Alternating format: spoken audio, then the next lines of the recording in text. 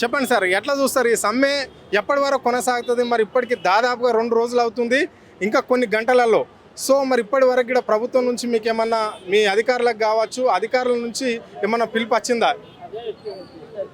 మేము CPM party తరపు నుంచి మాట్లాడుతున్నాము. సిపిఎం పార్టీ రాష్ట్ర ప్రధాన కార్యదర్శి కామ్రేడ్ జాన్ వెస్లీ గారు నిన్ననే ప్రెస్ మీట్ కూడా పెట్టాడు. ప్రెస్ మీట్ పెట్టేసి రేవంత్ రెడ్డి వెంటనే చర్చలు చేయాలని చెప్పేసి ఆర్టీసీ కార్మికులు చెప్పారు. ఈ ఆర్టీసీ కార్మికులకు సంపూర్ణ మద్దతు ప్రకటించింది సిపిఎం పార్టీ. అందుకే ఈరోజు మేము కూకట్పల్లి డిపోకి రావడం జరిగింది. ఆర్టీసీ కార్మికుల సమస్యలు వెంటనే పరిష్కరించాలి, వీళ్ళని ప్రభుత్వ ఉద్యోగులకు గుర్తించాలి. ఇప్పటివరకు తెలంగాణ రాష్ట్రంలో ఇంత దుర్మార్గమైన పరిస్థితి ఎప్పుడు రాలేదు. ప్రభుత్వ ఉద్యోగులుగా రిటైర్మెంట్ అయిన వాళ్ళకి రిటైర్మెంట్ బెనిఫిట్స్ రావట్లా. వాళ్ళకు చట్ట ప్రకారం రావాల్సిన, రాజ్యాంగబద్ధంగా రావాల్సిన బెనిఫిట్స్ ఇప్పుడు రాష్ట్ర ప్రభుత్వం ఇవ్వట్లా. ఇంత దుర్మార్గంగా రాష్ట్ర ప్రభుత్వం ఉంటుంది. ఎందుకంటే రిటైర్మెంట్ అయిన తర్వాత వాళ్ళ కుటుంబాలు, వాళ్ళ పరిస్థితులు అవన్నీ ఉంటాయి. అది కాకుండా ఈరోజు రాష్ట్ర ప్రభుత్వం ఏం చెప్తుంది, పొన్నం ప్రభాకర్ ఏం చెప్తున్నాడు, ఎస్మా ఉన్నది, మీరు ఇమీడియట్లీ మీరు ఉద్యోగాల్లోకి రావాలని చెప్పేసి అంటున్నారు. నీ ఎస్మాలు గిస్మాలు తడిసి మనిషి నువ్వు నీ రాష్ట్ర ప్రభుత్వానికి తగిన బుద్ధి చెప్తావు ఆర్టీసీ కార్మికులు అని చెప్పేసి అనుకుంటున్నాం. రాష్ట్ర కార్మికులు ఆర్టీసీ కార్మికులతో పెట్టుకున్న ఏ ప్రభుత్వం కూడా గట్టెక్కిన చరిత్ర లేదు. నీకు కూడా దగ్గరలో నూకలు దగ్గరకు వచ్చినాయి, నీ ప్రభుత్వాన్ని గద్దె తీస్తారు ఆర్టీసీ కార్మికులు. వెంటనే బేషరతుగా ఆర్టీసీ కార్మికులతో చర్చలు చేయాలని చెప్పి సిపిఎం పార్టీగా కూకట్పల్లి మండల కమిటీ తరఫున, బాలన మండల కమిటీ తరఫున డిమాండ్ చేస్తున్నాం. లేని పక్షంలో సిపిఎం పార్టీ ప్రత్యక్షంగా ఆందోళన పోటలు కూడా చేస్తామని చెప్పేసి చెప్తున్నాం. చెప్పండి సార్, మరి ఇప్పటికీ దాదాపుగా ఈ ప్రభుత్వం ఇన్ని రోజులు సమ్మె చేస్తే రాష్ట్ర వ్యాప్తంగా కూడా గతంలో మీరు ఎన్నో రోజులు సమ్మె 56 రోజులు చేసిర్రు, అయినా ప్రభుత్వం దిగచ్చేసింది, మీతో చర్చలు కూడా జరిపింది, మీకు గెజిట్ కూడా ఇచ్చింది. సో ఈ ప్రభుత్వం అధికారంలోకి రాగానే, కేసీఆర్ ప్రభుత్వం గెజిట్ చేస్తే ఈ ప్రభుత్వం అధికారంలోకి రాగానే మీకు ఉద్యోగులుగా గుర్తిస్తాము అని చెప్పేసి కూడా వారు చెప్పడం అనేది అయితే జరిగింది. మరి అది ఎంతవరకు ఇంప్లిమెంట్ అయింది? మరి ఎందుకు ఈ రోజు రోడ్లో మీకు రావాల్సి వచ్చింది? మీరు మరి రేవంత్ రెడ్డి ప్రభుత్వం, కాంగ్రెస్ ప్రభుత్వం వచ్చిన తర్వాత మరి ఆ ఎన్నికల మేనిఫెస్టోలో కూడా క్లియర్గా చెప్పినటువంటి పరిస్థితి ఉంది.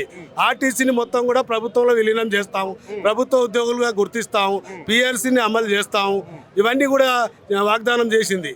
మరి వాగ్దానం చేసినటువంటి రేవంత్ రెడ్డి సర్కారు మరి ఏదైతే సామెత ఉందో, ఏడు దాటేదాకా ఓడమల్లన్న, ఏడు దాటినాక బోడి మల్లన్న అన్నట్టుగా ఎన్నికలు అయిపోయిన తర్వాత, అధికారం వచ్చిన తర్వాత ఆ హామీలన్నీ మర్చిపోయి కూడా ఇప్పుడు ఈ ఆర్టీసీ కార్మికులను రోడ్డున పడేసిన పరిస్థితి కనిపిస్తూ ఉంది. అందుకే మనం ముందుగానే ఈ యొక్క సమ్మె నోటీస్ ఇచ్చి 41 రోజుల ముందే నోటీస్ ఇచ్చినా కానీ మరి ఇంతవరకు దాన్ని పట్టించుకున్న పాపాన పోలేదు ఈ రేవంత్ రెడ్డి సర్కారు. మరి ఇన్ని రోజులైనా కానీ పట్టించుకోకపోవడం వల్ల మరి చర్చలకు లాస్ట్ రోజున ఈ ఐఏఎస్ అధికారులతోటి కమిటీ వేసి చర్చలకు పిలిచింది.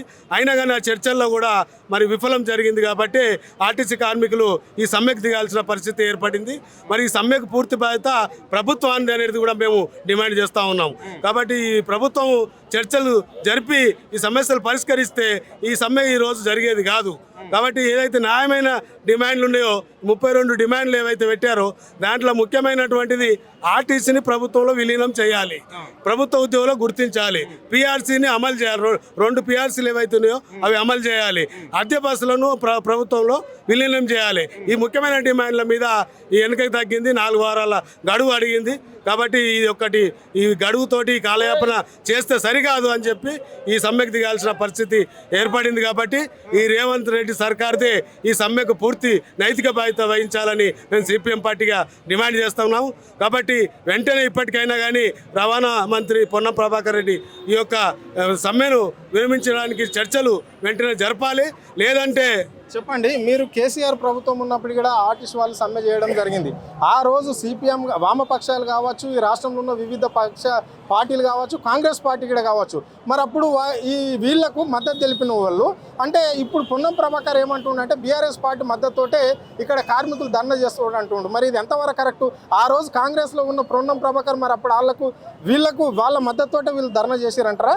మీరు ఒక సిపిఎం నాయకుడిగా చెప్పండి, దీన్ని ఎట్లా చూడాలి? ఇది ఎందుకు రాజకీయం చేయాలనుకుంటున్నాడు ఈ పొన్నం ప్రభాకర్ ఈ కార్మికుల విషయం కాస్తే? ఇది బీఆర్ఎస్ ఒకటే కాదు, ఇది ఆర్టీసీలో ఉన్నటువంటి అన్ని యూనియన్ సంఘాలు కలిపి జేఏసీగా ఏర్పడి ఈ యొక్క ఆర్టీసీ కార్మికుల ఏదైతే న్యాయమైన సమస్యలు ఉన్నాయో ఇది 2.5 సంవత్సరాల వరకు కూడా వేచి చూసిర్రు, ఈ ప్రభుత్వానికి గడువు ఇచ్చిర్రు. అయినా ఈ 2.5 సంవత్సరాలు అయిపోయినా కానీ ఇంకా సమస్యలు వాళ్ళు ఇచ్చినటువంటి హామీలే వాళ్ళ హామీలనే అమలు చేయలేడు కాబట్టి ఈరోజు సమ్మెకు దిగాల్సిన పరిస్థితి ఏర్పడ్డది.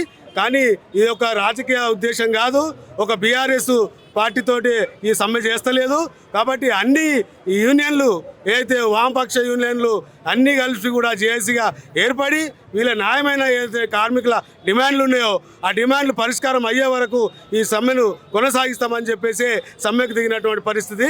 కానీ ఏ ఒక్క రాజకీయ పార్టీ అనేది కాదనేది మేము తెలియజేస్తున్నాం. Okay, right. చెప్పండి సార్, ఈ డిపోలో ఎన్ని బస్సులు ఉంటాయి, ఎంతమంది కార్మికులు ఉంటారు, మరి ఈ సమస్య ఏంటి, ఎందుకు రోడ్ల మీదకి రావాల్సి వచ్చినాయి, మరి ప్రైవేట్ వెహికల్ ఏమైనా నడుస్తున్నాయి ఈ రాష్ట్రంలో? సార్ ఈ డిపోలో 130 పైగా సర్వీసులు ఉంటాయి, 800 చిల్లర వర్కర్ ఉంటారు. మొట్టమొదటి ఏంటంటే పున్న ప్రకారం కానీ ముఖ్యమంత్రులు కానీ తర్వాత ఎవరైతే ఆఫీసర్ ఈ రాజకీయ నాయకులు ఉన్నారో వాళ్ళు సీనియర్ వాళ్ళ ఉండాలి. సీనియర్ వాళ్ళు ఉంటే వాళ్ళకి ఏదో అవగాహన తెలుస్తుంది. డిపో లెవెల్లో ఆఫీసర్ ఒక డిఎం కానీ ఒక సిఏ కానీ వీళ్ళంతా అనుభవ వాళ్ళు ఉండాలి.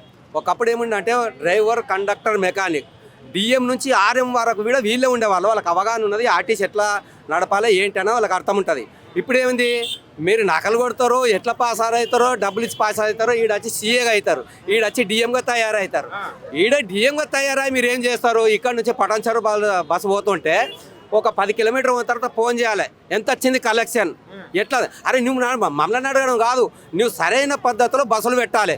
బస్సులు పెట్టే అవగాహన తెలియదు మీకు. సార్ సిటీ ఎట్లా చేయాలనో మీకు అవగాహన తెలియదు. డ్రైవర్, కండక్టర్ ఎట్లా సస్పెండ్ చేయాలనో మీకు అవగాహన తెలియదు. పొద్దుగాల మాకు నైట్ పూట 3 డ్రైవర్లు ఉండాలి పార్కింగ్ చేయడానికి, ఒక్క డ్రైవర్ లేడు. మా బస్సు మేమే పార్కింగ్ చేసుకోవాలి. పొద్దుగాల ఏ లోపల ఉన్న బస్సు ఉంటే బయటికి తేవాలి. డిపో చుట్టూ లైట్లు ఉండాలి, ఒక్క లైట్ ఉండదు. బస్సు తీసే వరకు 1 గంట పడుతుంది బయటకు వచ్చే వరకు. ఇక్కడ డిఎం పొద్దుగాలని వస్తాడు, మీటింగ్ పెడతాడు. డ్యూటీ చేసి రాగానే మధ్యాహ్నం అదొక టార్చర్ మీటింగ్. డబ్బులు తేవాలి, కలెక్షన్ తేవాలి. ఏడికెళ్ళి తెస్తాం కలెక్షన్? సార్ మీ డ్రైవరా? డ్రైవర్ ఎట్లుంటుంది మరి, మీకు ఒత్తిడి ఏ విధంగా ఉన్నది? ఇంత ట్రాఫిక్ ఉంటుంది హైదరాబాద్లో, మరి దీన్ని ఎట్లా టైమింగ్స్ ఏమన్నా ఉంటాయా? మీ అధికారులు ఏమన్నా అంటారా? మా అధికారులు ఎందుకేమన్నారు, మాకు ఎక్స్ప్రెస్ అయితే 2.5 నిమిషాలకి 1 కిలోమీటర్ పోవాలి, ఆర్డినరీ అయితే 3 నిమిషాలకు 1 కిలోమీటర్ పోవాలి. అలాంటిది అరగంటకు 3 కిలోమీటర్లు పడుతున్నది. అరగంటకు 3 కిలోమీటర్లు పడితే దీనికి అవగాహన ఉన్న ఆఫీసర్లకు ఒక్కసారి వీళ్ళ కాలుష్యం రావట్లే. మా బండి 7.5 గంటల్లో 3 ట్రిప్పులు చేయాలి, అంటే 118 కిలోమీటర్లు తిరగాలి. అలాంటిది 140, 130, 150 కిలోమీటర్లు పెట్టి దింపుతున్నారు. లేడీ కండక్టర్ వాళ్ళకి ఇంత టార్చర్ కాదు. వీళ్ళు సరైన ఆఫీసర్లు గారు, సరైన సిఏ కాదు, సరైన డిఎం గారు. వీళ్ళు అవగాహన లేని మనుషులను తెచ్చి ఇవాళ ఆర్టీసీని యాక్సిడెంట్ చేస్తున్నారు. అవగాహన లేని మినిస్టర్లను తెచ్చి ఆర్టీసీని యాక్సిడెంట్ చేసేస్తున్నారు. వీళ్ళు అవగాహన లేని వాళ్ళు, ఆస్తులు సంపాదించుకునేటోళ్ళు ఎన్నైతే వీళ్ళు పథకాలు ఇస్తారో అంత మోసమే. మాకే కాదు, పబ్లిక్ కూడా మోసమే. కాబట్టి ఒక సిఏ కానీ ఒక డిఎంఏ కానీ అవగాహన లేని వాళ్ళు సార్, దీంట్లో ఒక్కసారే కాదు, రిటైర్మెంట్ ఐటమ్ ఉందో 3 నెలలు మాకు లెటర్ ఇవ్వాలి. ఏమని, బాబు నీ కటింగ్ ఇన్ని డబ్బులు ఉన్నాయి, ఇంతలో నువ్వు రిటైర్మెంట్ అవుతున్నావు అని చెప్పి రిటైర్మెంట్ అయ్యే రోజు మాకు చెక్కులు ఇచ్చి మాకు ఒక బస్ ఇచ్చి ఇంటి దాకా పంపాలి. అలా బస్ ఇచ్చి ఇంటి దాకా పంపాలి మాకు, ఇన్ని రోజులు మీరు కష్టపడరు అని చెప్పేసి. అలాంటిది ఈరోజు మాకు ఎంత అమౌంట్ ఉన్నదని మీరు ఇప్పటి వరకు చెప్పట్లేరు. రిటైర్మెంట్ అయినంత వరకు నీకు ఇంత డబ్బులు వస్తాయి, ఇంత కష్టపడ్డావు, నీ డబ్బులు ఇంత ఉన్నాయని కూడా ఒక్కరు చెప్పరు. ఆ ఉన్న జీతం బీడ చేతికి ఇయ్యరు. మా సొంత డబ్బులు తెచ్చి మేము ఇక్కడ ప్రోగ్రామ్ చేసుకోవాలి. అలాంటి నాశనం చేసేసారు. ఆర్టీసీ ముందుకు రావాలంటే ఒకటి సీనియరిటీ ప్రకారం డ్యూటీలు